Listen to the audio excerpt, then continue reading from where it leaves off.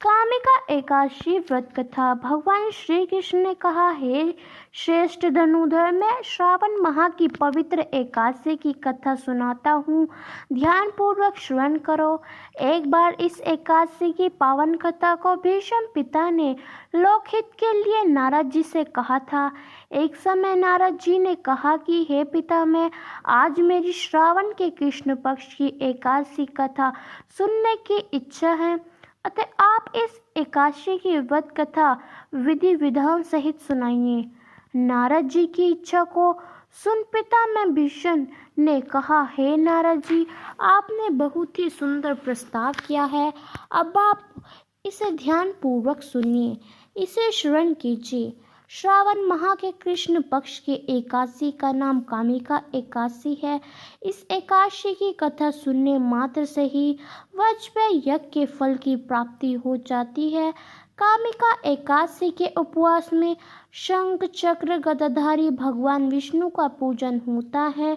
जो मनुष्य इस एकादशी को धूप दीप नैवेद्य आदि से भगवान विष्णु की पूजा करते हैं, उन्हें गंगा स्नान के फल से भी उत्तम फल की प्राप्ति होती है। सूर्य ग्रहण और चंद्र ग्रहण में केदार और कुरुक्षेत्र में स्नान करने से जिस पुण्य की प्राप्ति होती है, वह पुण्य कामिका एकादशी के दिन भगवान विष्णु की भक्ति पूर्वक करने से प्राप्त हो जाती है। भगवान विष्णु के श्रावण माह में भक्ति पूर्वक करने का फल समुद्र और वन सहित पृथ्वी दान के फल से भी ज्यादा होता है। व्यक्तिपात में गंगा नदी में स्नान करने से जो फल प्राप्त होता है, वह भगवान विष्णु की पूजा करने से मिल जाता है। संसार में भगवान की पूजा का फल सबसे ज्यादा है, अतः भक्ति पूर्वक भगवान विष्णु की पूजा न बन सके तो श्रावण माह के कृष्ण पक्ष की कामिका एकादशी का उपवास करना चाहिए। आभूषणों से युक्त बछड़ा सहित गोदान करने से जो फल प्राप्त होता है, वह फल कामिका एकादशी के उपवास से मिल जाता है। जो उत्तम दीर्घ श्रावण माह के कृष्ण पक्ष की कामिका एकादशी का उपवास करते हैं तथा भगवान विष्णु का पूजन करते हैं, उनसे सभी देव नाग किन्नर पितर आदि की पूजा हो जाती है। इसलिए पाप से डरने वाले व्यक्तियों को विधि विधान सहित इस उपवास को करना चाहिए। संसार सागर तथा पापों में फंसे हुए मनुष्य को इनसे मुक्ति के लिए कामिका एकादशी का व्रत करना चाहिए। कामिका एकादशी के उपवास से भी पाप नष्ट हो जाते हैं। संसार में इससे अधिक पाप को नष्ट करने वाला कोई उपाय नहीं है।